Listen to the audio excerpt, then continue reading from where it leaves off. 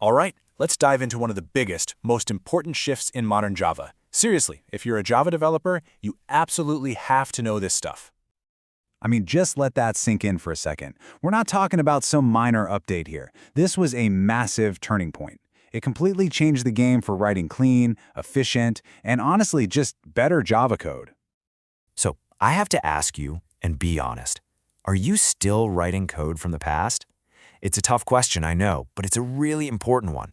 Because look, if you haven't really jumped on board with streams and lambdas, the answer might be yes. And that can really affect your work and even your career path. Okay, so before we jump into all the cool new stuff, we've got to understand the why. What was the actual problem? What was so wrong with the old way of writing Java that it needed this huge overhaul? I mean, just look at this. This picture is kind of the perfect visualization for old school loops, right? It's just a tangled mess. And that's exactly what that kind of code feels like to read and maintain. You got all this nested logic, these counter variables you have to track, all these checks. It just hides what you're actually trying to do. And that's really the heart of the problem. That old style, it forces you to spell out every single step. You're writing all this boilerplate that makes your code super long, and worse, it opens the door for all sorts of silly bugs, like those classic off-by-one errors. You get so lost in the weeds managing how to do something that the what, your actual goal, gets totally buried. All right, so let's talk about the first part of the solution, Lambda expressions. This is where things start to get a whole lot cleaner. Think about that phrase for a minute. Pass behavior as if it were data. That's a huge concept. Instead of all that ceremony of creating a whole new object just to hold a single method, a Lambda lets you pass the logic itself directly into another method.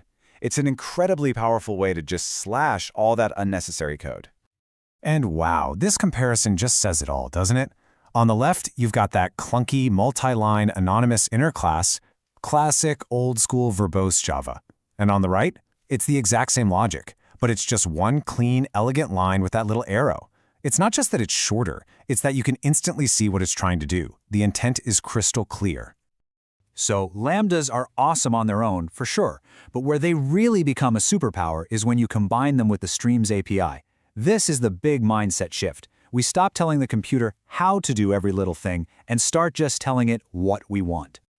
And this river is the perfect way to think about it. See, a stream isn't like a data structure. It's not a lake holding all the water. It's the river. It's the flow. It's a pipeline that your data moves through, and you can do stuff to it as it passes by. The key thing is, it's not storing the data, it's processing it on the fly.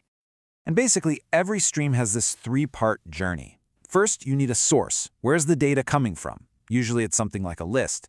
Second, you have your intermediate operations. These are things like filtering or changing the data as it flows.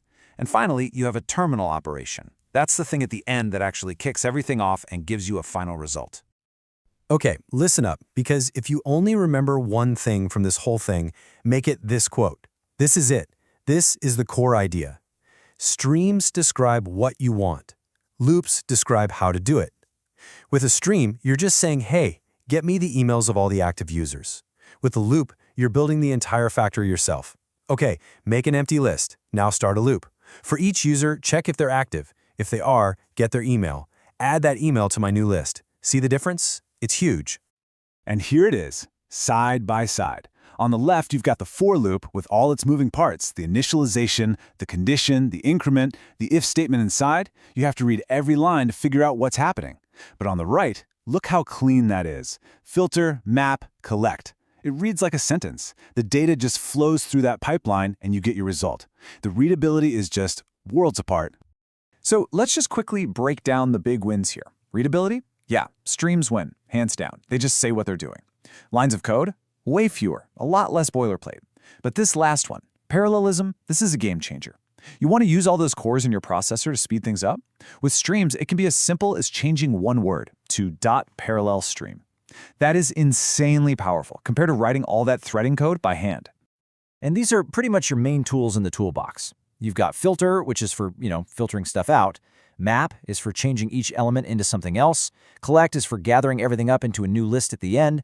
For each is for doing something with each element. And reduce, that's for boiling the whole stream down to just one single value. Seriously, if you get comfortable with just these 5, you can do so much. Okay, so the tech is cool, right? But let's get real for a second. Let's talk about why this matters for your job, for your career. Because here's the deal. This isn't a nice-to-have skill anymore. It's an expectation. When you go into a Java interview today, they are going to ask you about streams and lambdas. It's how they check if you're writing modern Java or if you're stuck in the past. It's a huge signal that you get it, that you can write clean, professional code. So when do you actually reach for these tools? Well, anytime your business logic starts getting complicated, streams make it way easier to read. Processing huge amounts of data, streams are perfect for that. Need a speed boost? Parallel streams are your friend. And as a bonus, they really push you towards writing safer, more immutable code, which is always a good thing. So, we've talked about the old way, the problem. We've seen how elegant lambdas can be and how powerful the Streams API is. So what's the big takeaway here? What's the one thing you need to walk away with? It's this. Learning this stuff is no longer optional. It's mandatory.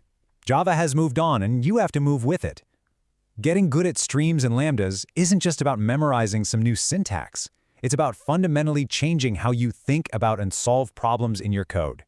They are, without a single doubt, essential tools you need to have in your toolkit if you're writing Java today.